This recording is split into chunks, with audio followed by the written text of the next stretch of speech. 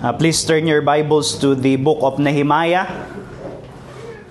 Nehemiah chapter 8. Pinagpapatuloy natin ang ating pag-aaral sa aklat na ito, and we are now on chapter 8 verses 13 to 18. Nehemiah chapter 8 verses 13 to 18. Reading. On the second day, the heads of fathers' houses of all the people with the priests and the Levites came together to Ezra the scribe in order to study the words of the law. And they found it written in the law that the Lord had commanded by Moses that the people of Israel should dwell in booths during the feast of the 7th month, and that they should proclaim it and publish it in all their towns and in Jerusalem.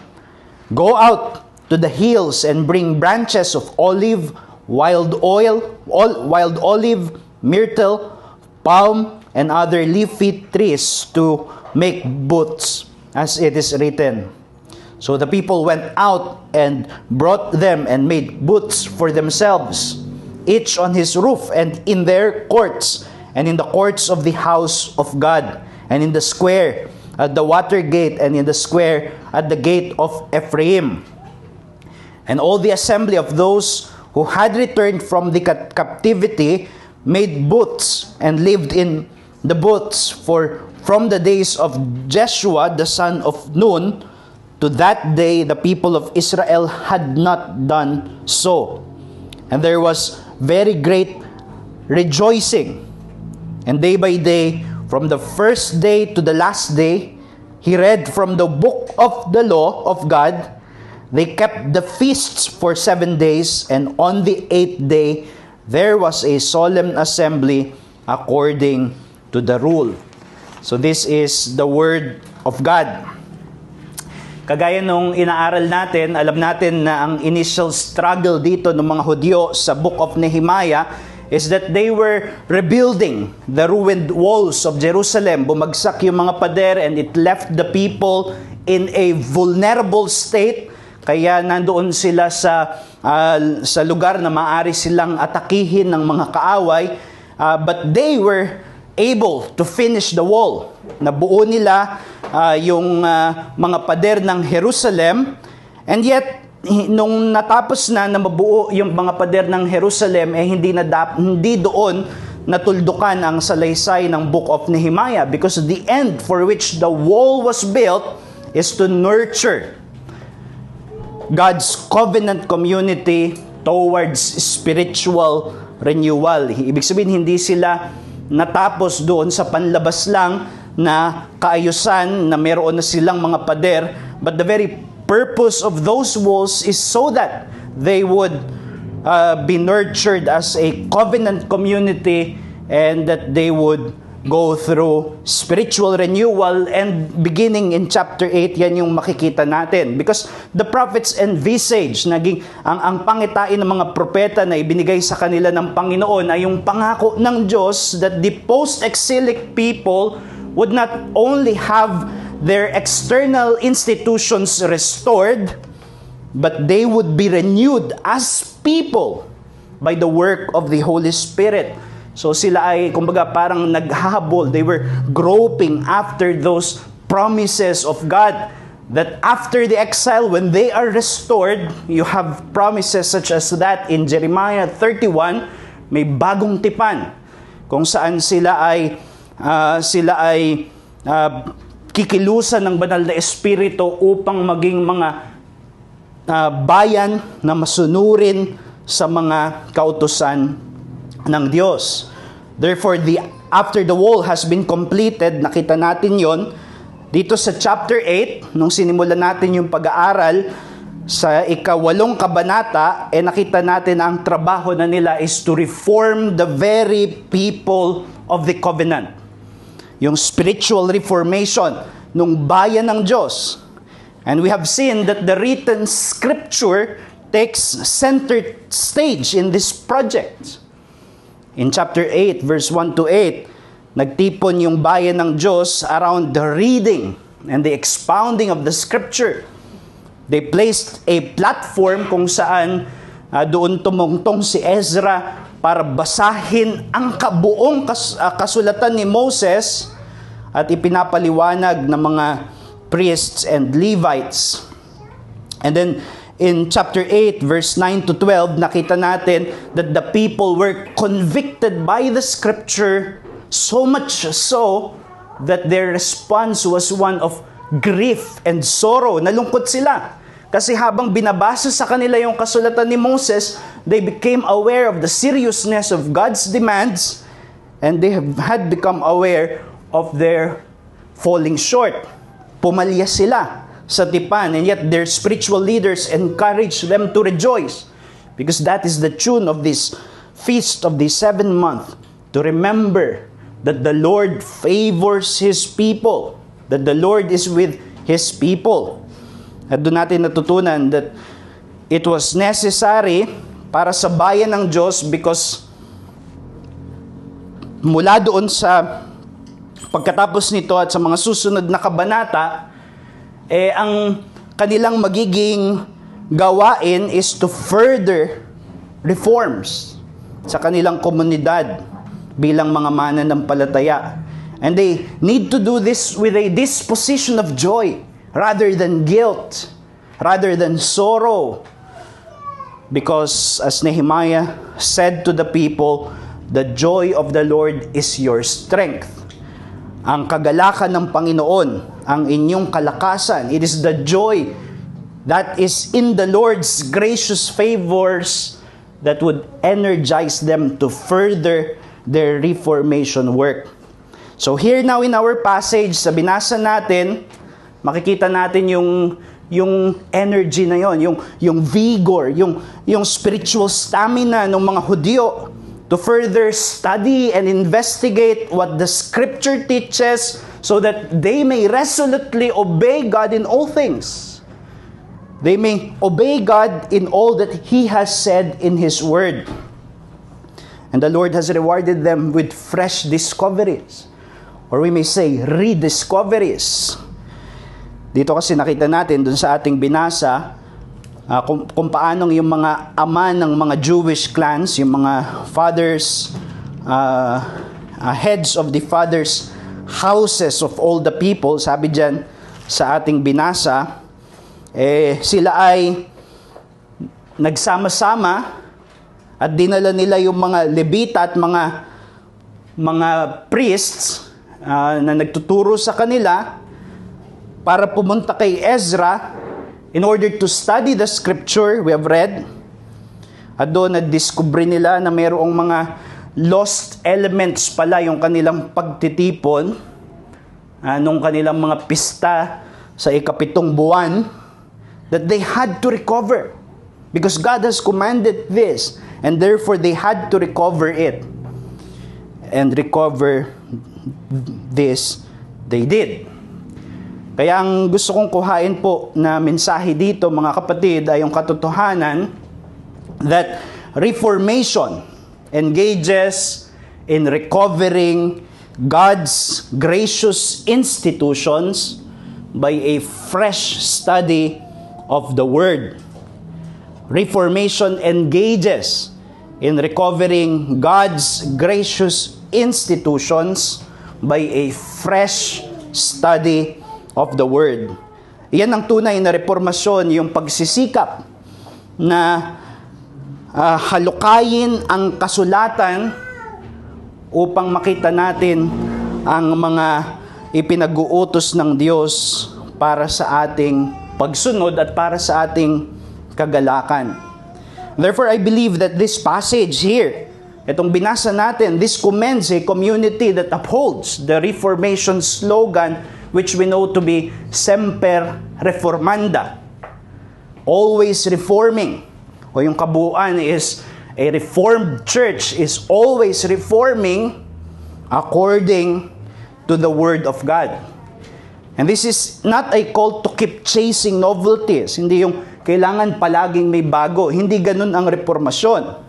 But it is a call to revive by the fresh study of Scripture what might have been lost, or perhaps not lost but corrupted, or perhaps not lost or corrupted, but is simply in decline. And we allow the Word of God to revive it, to come to us fresh, so that we may renew our obedience to everything that He has commanded in His Word. As one commentator said, Derek Kidner, custom, as happens so often in religious history, had overlaid and modified the faith once delivered to the saints, so that freshly studied Scripture, like a cleaned painting, now revealed some long-forgotten colors. Para daw merong isang lumang painting, and it has been that way for a very long time. Tapos pagka nilinis mo, meron palang kikinang na mga bagong kulay na nandoon talaga pero natabunan. That is why we come to the Scriptures afresh. There should be openness in a faithfully reforming covenant community to the reviving influence of the Scripture. Kung gusto natin na ang Panginoon ay patuloy na nagsasalita sa atin at ginagabayan tayo ng Kanyang salita, we should not expect that it would just confirm our status quo, although it may do that. Freshly studied Scripture may reveal forgotten gospel institutions, or fine-tune our doctrine or practice so that we may more spiritually enjoy these things, or grant renewed vitality in these gospel institutions when they have become empty rituals. Kaya yan ang ating dapat hangarin. And what attitude towards the Scripture should we nurture if we are to faithfully uphold that semper reformanda, always reforming? Dalawa yung makikita natin dito sa ating talata. There is that dutiful discovery from the Word and that righteous response to the Word. Yan ang nais natin na pagsikapan. Una, dutiful discovery from the Word. Yung meron tayong kasipagan at tinitignan natin na tungkulin na patuloy na tuklasin ang kasulatan, ang salita ng Diyos. Dito makikita natin sa ating mga talata ngayong umaga that the initiative to study the Scripture came from the heads of fathers' houses of all the people. Sabi dyan sa verse 13, on the second day, the heads of fathers' houses of all the people with the priests and the Levites came together to Ezra the scribe in order to study the words of the law. Yung mga tatay ng mga angkan, sila yung nagtipon-tipon at sinama nila yung kanilang mga spiritual teachers, Levites and priests para lumapit kay Ezra. At anong gusto nilang gawin? Mag-aral ng salita ng Diyos.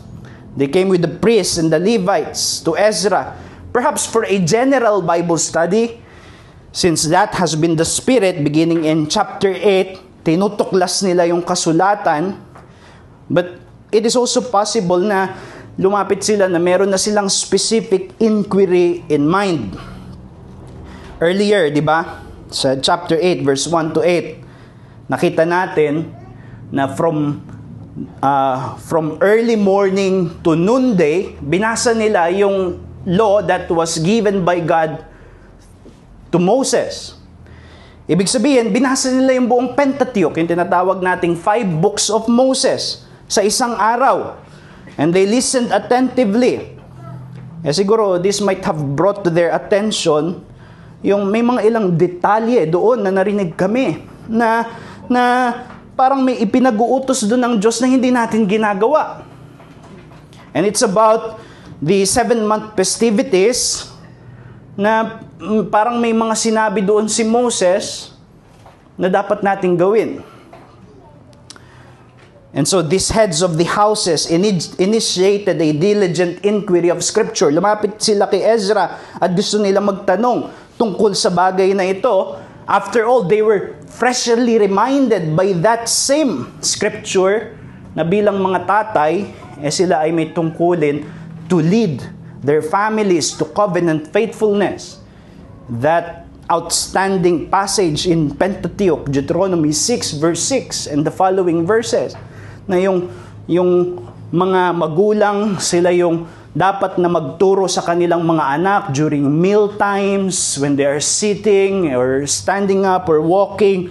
Tuturuan nila yung kanilang mga anak tungkol sa Diyos, tungkol sa kanilang redemptive acts, kung ano yung ginawa ng Diyos sa kasaysayan para iligtas sila, at yung tipan ng Diyos sa kanila bilang kanyang bayan. And they understood that, and they took up, they rise up to duty. And although they deferred to the expertise of their spiritual teachers, kinilala nila na mayroong mga priest na binigay ang Diyos sa kanila and Levites, and that scribe Ezra, who is said to be expert sa law of Moses, they deferred, but they did not abdicate their duty to know the scripture for themselves, so that they may lead their families in faithful obedience to God. And the scripture brought clarity. So Leviticus 23 verse 43 kasi may utos talaga na sa kanilang pagdiriwang sa feast of the 7th month, dapat silang manirahan sa mga booths, sa mga tolda, tents. And they are to do this for 7 days. Kapag ka 15th day na, 15th day sa 7th month, magsisimula silang manahan sa mga tolda, and they will do this for 7 days. So, parang camping retreat. Lahat sila aalis sa mga bahay at magtatayo ng mga tolda para doon sila titira sa loob ng 7 araw. So, mahabang church retreat ito. And the reason why they are to do that is so that they would have to remember. Diba? Yun yung palaging concern ng mga feasts na ito sa Old Testament. For them to remember.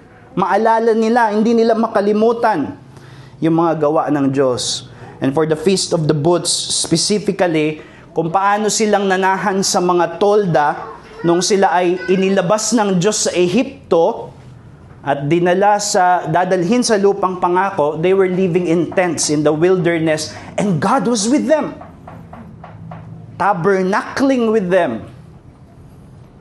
Di ba merong tabernacle which was also a tent? Meaning God also pitched a tent in their midst. Dahil siya ang kanilang Diyos at sila ang kanilang bayan.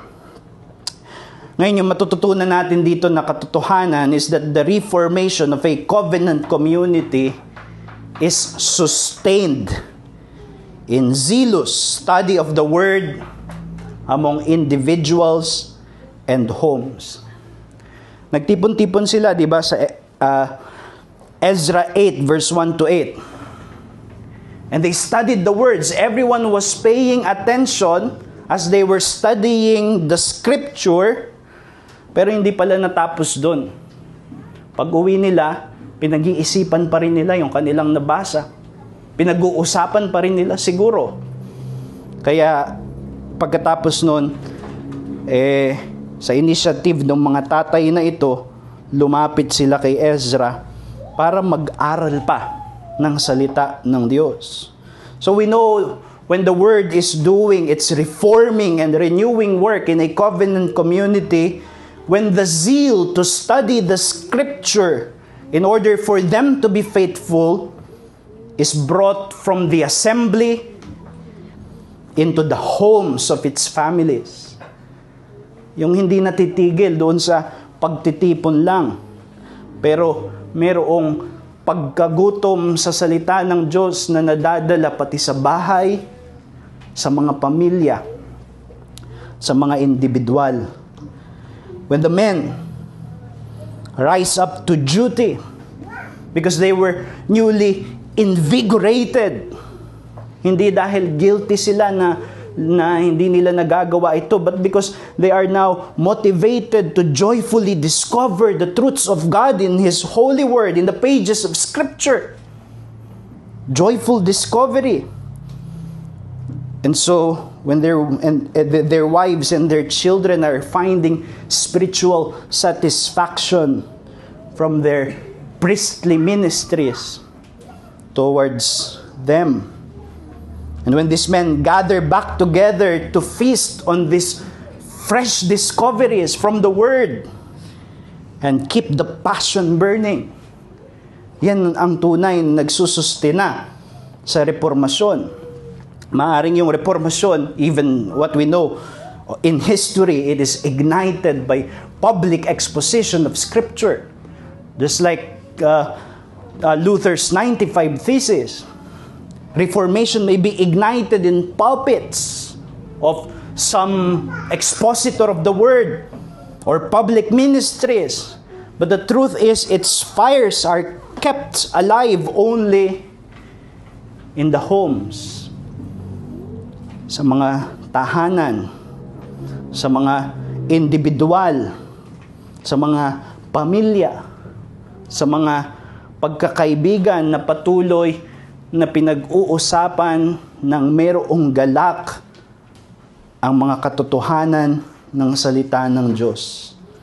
And that is what we have in this passage, with the heads of the fathers' houses initiating a study of the Word para mas maunawaan nila at masunod nila ang kasulatan. Kaya yan yung hamon po sa atin, mga kapatid, na tayo ba ay merong paring pagkagutom at pagkauhaw na matuklasan ng sariwa ang mga katotohanan ng salita ng Diyos. Yung kapag may mining site, dinideclare na fully mined na yung isang mining site, kaya dapat na siyang i-reclaim.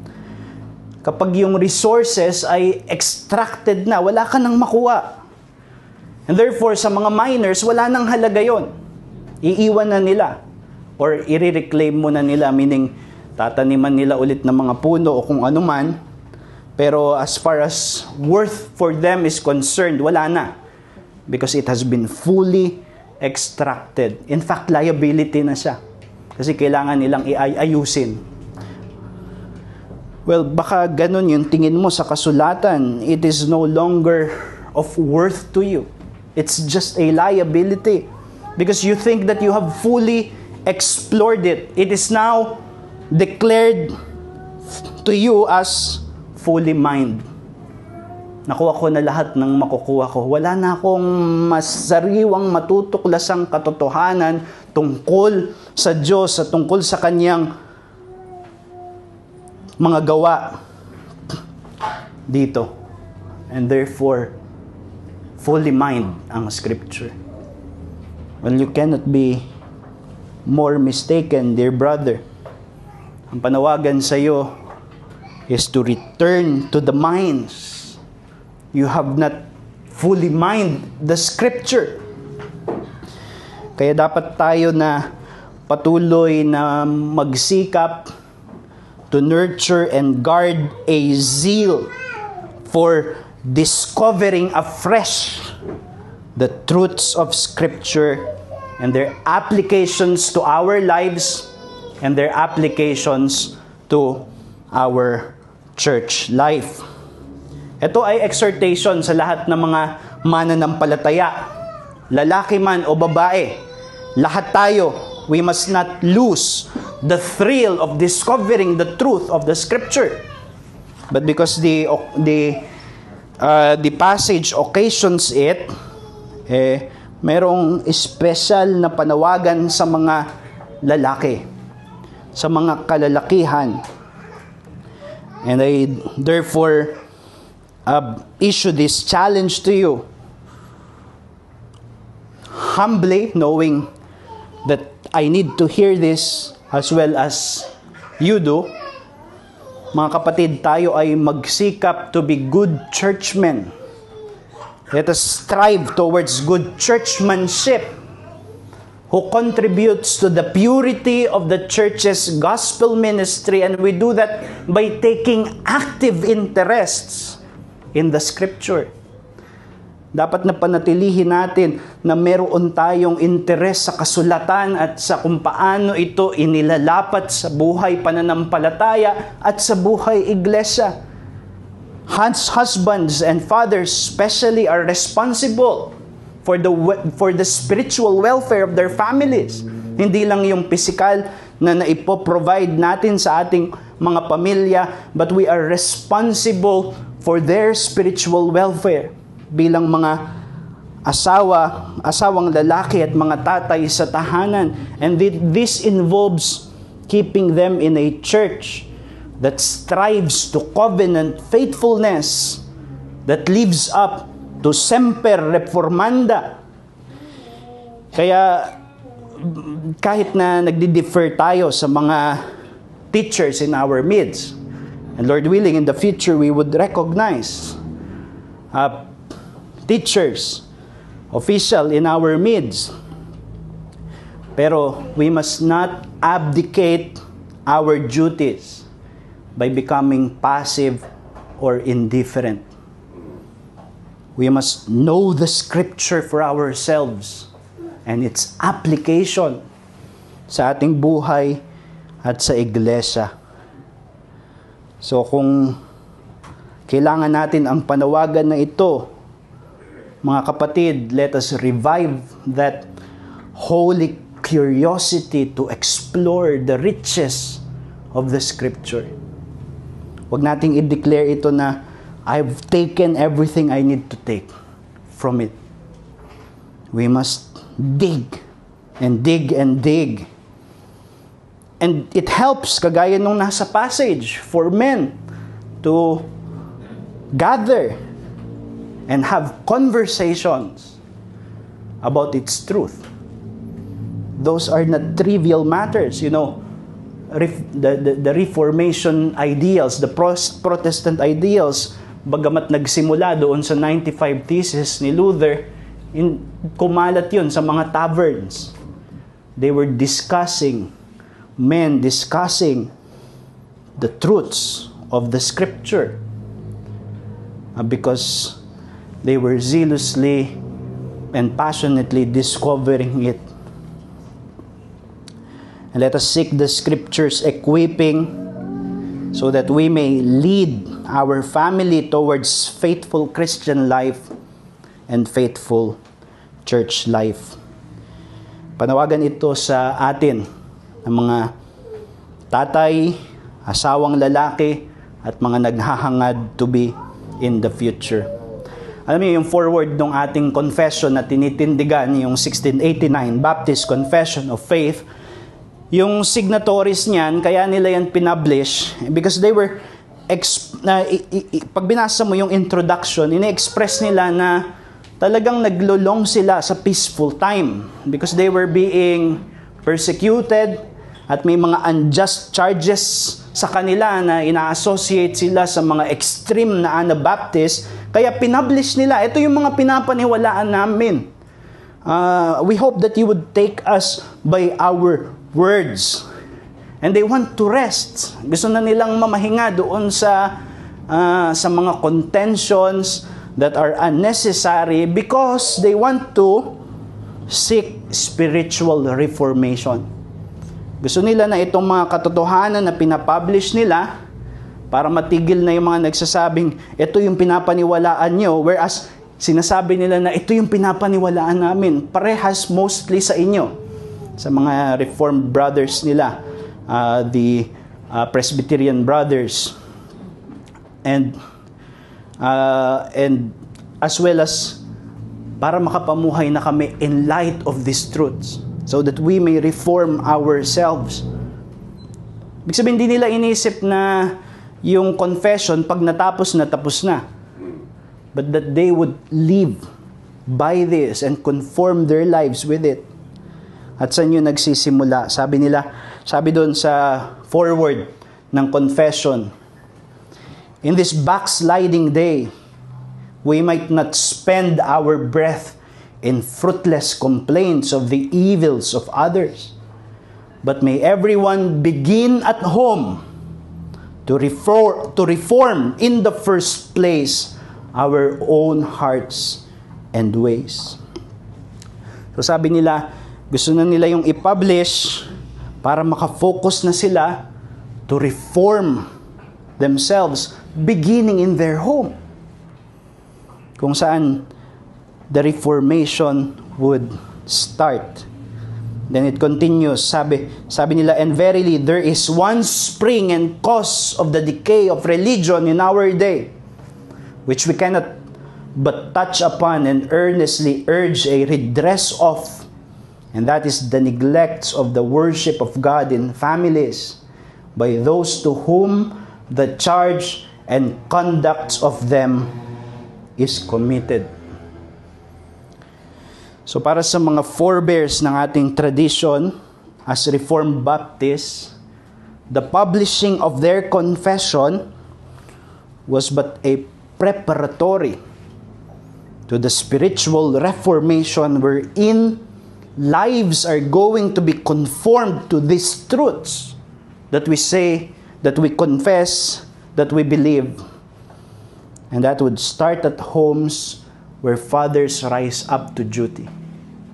Just as we have it in this passage, the heads of fathers, houses of all the people, they came together to Ezra in order to study the words of the law. So paano nagpapatuloy ang Semper Reformanda? Well, first, makikita natin yung kasipagan sa pag-aaral ng salita ng Diyos. But of course, hindi natatapos sa pag-aaral.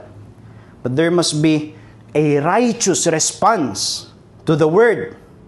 And that is what we have in our passage. Nung nadiskubre nila, kasi inaral nila yung kasulatan, nadiskubre nila na meron palang kautusan sa kanilang kasulatan na nakalimutan nila. There is a neglected command. The Jews responded with resolute obedience. The verse 14 reports the result of the review. Sabi dyan, and they found it written in the law.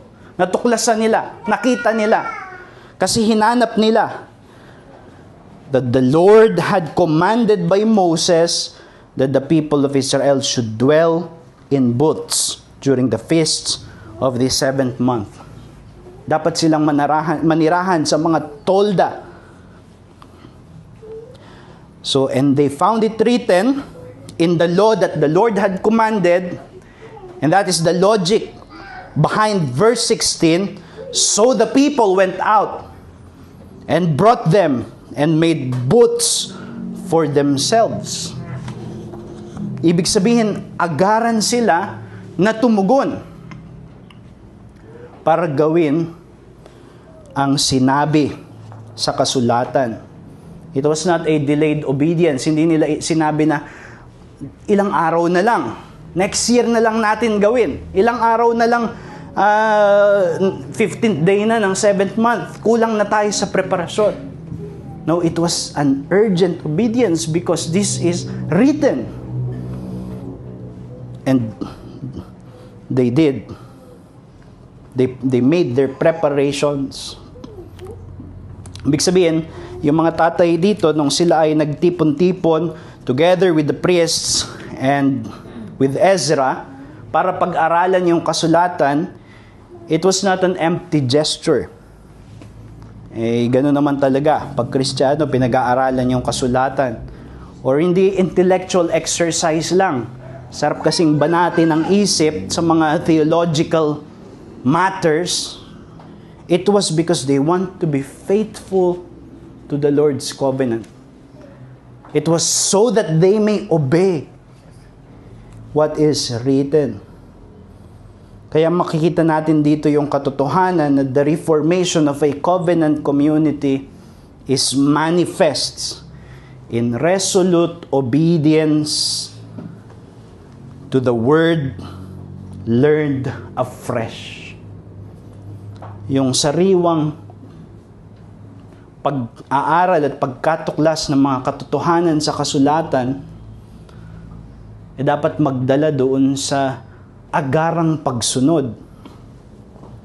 And as an outcome of their obedience, sabi doon sa passage, sa verse 17, sa dulo, there was very great rejoicing. So, ibig sabihin, hindi ito para pahirapan sila, but that it led to their joy. In fact, very great rejoicing. Hindi lang rejoicing, hindi lang great rejoicing, but very great rejoicing. And that is the consequence when we obey the word. It is not burdensome. The Lord's institution wasn't burdensome for them because it is given precisely in order that they may remember and feast on the favors of the Lord sa kanila. Alalahanin nila na ang Diyos ay kasama nila by living in the booths. Manirahan sila sa tolda, kagaya ng kung paano sila sinamahan ng Diyos sa wilderness, yung kanilang mga ancestors. You see, this is what lies behind a work of spiritual reformation. Hindi ito legalistic obsession of making sure that everything's by the book. Everything must be by the book because it pleases God and it maximizes our enjoyment of Him. God ordains these gracious institutions for His people to be obeyed for their edification and their enjoyment. Siyempre mga kapatid, hindi na natin pinagdiriwang yung Feast of Booths. Sa mga Hudyo iyon. Although minsan, maganda na nagre-retreat tayo, pero hindi yung festivity that is mandated by God. And the reason for that is because we are now under the new covenant. This is an old covenant institution para sa old covenant people of God, which are the Jews. Ito kasing pista na ito, ng pista ng pananahan sa mga tolda, it look backwards. Tinitignan nito yung kasaysayan na nung nilabas sila sa Ehipto, ang Diyos ay sumama sa kanila. In fact, habang nakatira sila sa tolda, ang Diyos ay nakatira din sa tolda, sa tabernacle. And that means this also looks forward to a mightier act of God's redemption that is now fulfilled in Jesus Christ. Kaya iniiwan na natin yung pagdiriwang ng mga pista sa lumang tipan dahil nasa bagong tipan na tayo. At sa bagong tipan, alam natin na si Jesus ang ating mas dakilang eksodo. He is our greater exodus. For He has delivered us not from slavery in Egypt and from the tyranny of Pharaoh. He has delivered us from the tyranny of sin and death and hell. By His perfect atonement na hindi sa dugo ng hayop, kundi ng kanyang sariling dugo na kanyang inialay sa krus ng Kalbaryo, which is our perfect atonement that removes all our sins and ensures that we will be brought to the promised land of a new creation. And He is our true tabernacle. Siya ang ating mas dakilang tolda. Pinag-aralan natin yung John 1:1, John chapter 1, verse 1 and verse 14 noong Pasko, kung saan sinabi, the Word became flesh and dwelt among us. Na ang mas tamang salin is the Word became flesh and pitched His tent, tabernacle, among us. Kay Jesus merong tunay na pananahan ng Diyos magpasawalang hanggan sa kanyang bayan. So He died and He rose again from the dead on the first day. Kaya ang pista na ating pinagdiriwang, ang natitirang holiday natin sa bagong tipan, ay ang araw na ito. Amen. Ang araw ng Panginoon. In fact, even the culmination of the Feast of Booths on the 8th day, which is the first day, sabi sa verse 18, they kept the feast 7 days, and on the 8th day, there was a solemn assembly according to the rule. Maraming pista sa lumang tipan ang nagtatapos sa ika-8 araw. Eh ano ba ika-8 araw? Di ba 7 lang ang araw? Yung ika-8 araw ay yung unang araw. The first day, the day when the Lord Jesus Christ rose from the dead. And therefore, it is the day that is now our only Sabbath in the new covenant. Kaya ang nais natin as a new covenant community in Christ, and our Lord's Day as our feast, we desire to live by the book. Because here we find His gracious designs for the maintenance of our faith and for the increase of our enjoyment sa Kanyang presensya. Siyempre, kung hindi ka pa mananampalataya, wala kang bahagi doon sa dakilang kaligtasan na mas dakila pa sa Exodus, kung saan hinati yung dagat. Merong Diyos na nagkatawang tao upang mamatay sa krus para sa kasalanan ng kanyang bayan. And it is God's greater acts of redemption.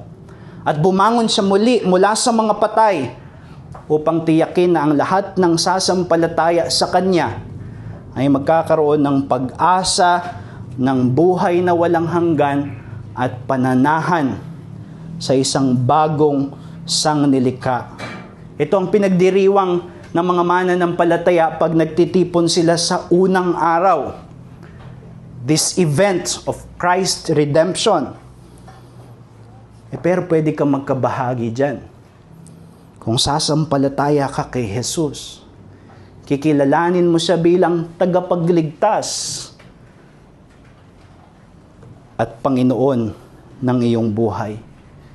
So sana ay makatagpo ka ng kaligtasan kay Jesucristo. So there is a righteous response to the Word. At yan ang kailangan natin bilang mga mananampalataya. Kaya ang hamon sa atin dito bilang mga mananampalataya is that we pursue that Christian piety that is defined as the righteous response to the Word of God. Ano bang ibig sabihin na tayo ay maging banal o maging pious? Well, Calvin said, God has prescribed for us a way in which He will be glorified by us, namely piety, which consists in the obedience of His Word. Yung pagsunod sa kasulatan, yan ang tunay na piety. As it is understood by the reformers that we honor, obedience to God's Word. That is true piety. Conformity, not only externally but spiritually conforming to the Word. Yan ang tunay na kahulugan ng piety. Piety that pleases God is not just being nice. Although nice is nice. It is not codes of politeness, although it's good to be polite. Or some define it as if you're abstaining from this or that. But true piety is obedience to the Word, to what is written. Others are shallow substitutes to the forceful life of godliness that is defined by conforming to God's Word. And that is what we are to be. Kaya yan ang ating pagsikapan na lugurin ng Panginoon sa piety that pleases God and rejoices us bilang mga individual na mananampalataya and as a covenant community to be, Lord willing. Si John Calvin, marami siyang mga biblical reforms na ginawa sa Geneva, but one of his regret was not strongly asserting a weekly Lord's table. So gusto niya, every week ay naglo-Lord's Supper yung mga mananampalataya. And it was not for legalistic reasons, kasi naniniwala siya na ito yung tama na gawin para mas mapatibay ang mga mananampalataya at mas maranasan nila yung kagalakan sa Ebanghelyo. Sabi niya sa Institutes, Book 4, it should have been done far differently. The Lord's table should have been spread at least once a week for the assembly of Christians. And the promises declared in it should feed us spiritually. We want us, ang gusto niya ay ma-feed yung mga mananampalataya regularly. Kaya sabi niya, mas maganda yung weekly.